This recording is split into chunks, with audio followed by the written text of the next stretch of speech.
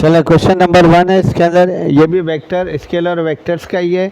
Determine a unit vector perpendicular to the plane of, दो vectors दिए हुए हैं, ए 3i + 4j - 2k और बी दिया 4i + 3j - 2k। सबसे पहले यूनिट वेक्टर अगर परपेंडिकुलर है तो फिर हमें वेक्टर सी निकालना पड़ेगा इस परपेंडिकुलर की वजह से, और वो निकलेगा आपका डिटर्मिनेंट से। तो vector C is equal to a cross b i j k 3 4, और ये सारी वैल्यूज़ आप पुट करेंगे, ये डिटर्मिनेंट ओपन करेंगे, जो कि हम लोगों ने इंटर में भी किया, मैट्रिक में भी किया है।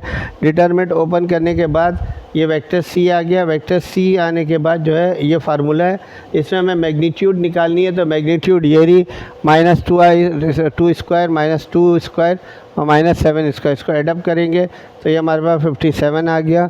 इस फार्मूले में डाल देंगे यूनिट वेक्टर के ऊपर, वेक्टर लिखेंगे सी, नीचे √7 और सेपरेट कर देंगे तो हमारे पास जो है ना वो आंसर आ जाएगा इसका यूनिट वेक्टर का।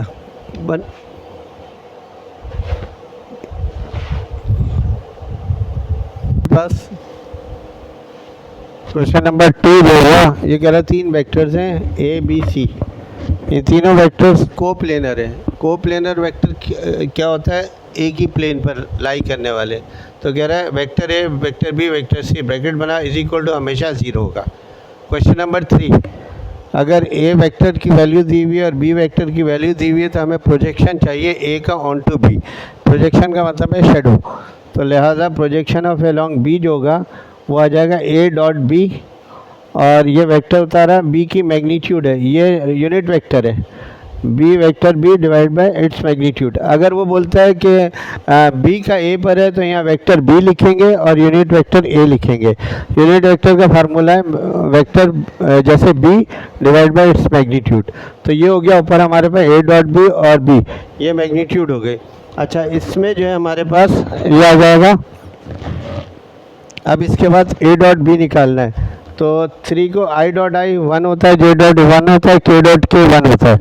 तो i और ये 3 इंटू -1 1 इंटू 3 हो गया, -2 इंटू 4 हो गया, तो ये -3 +3 कैंसिल हुआ, -8 आ गया।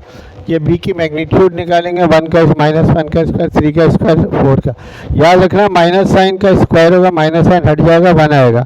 इन तीनों में जमा करेंगे √26 आ गया।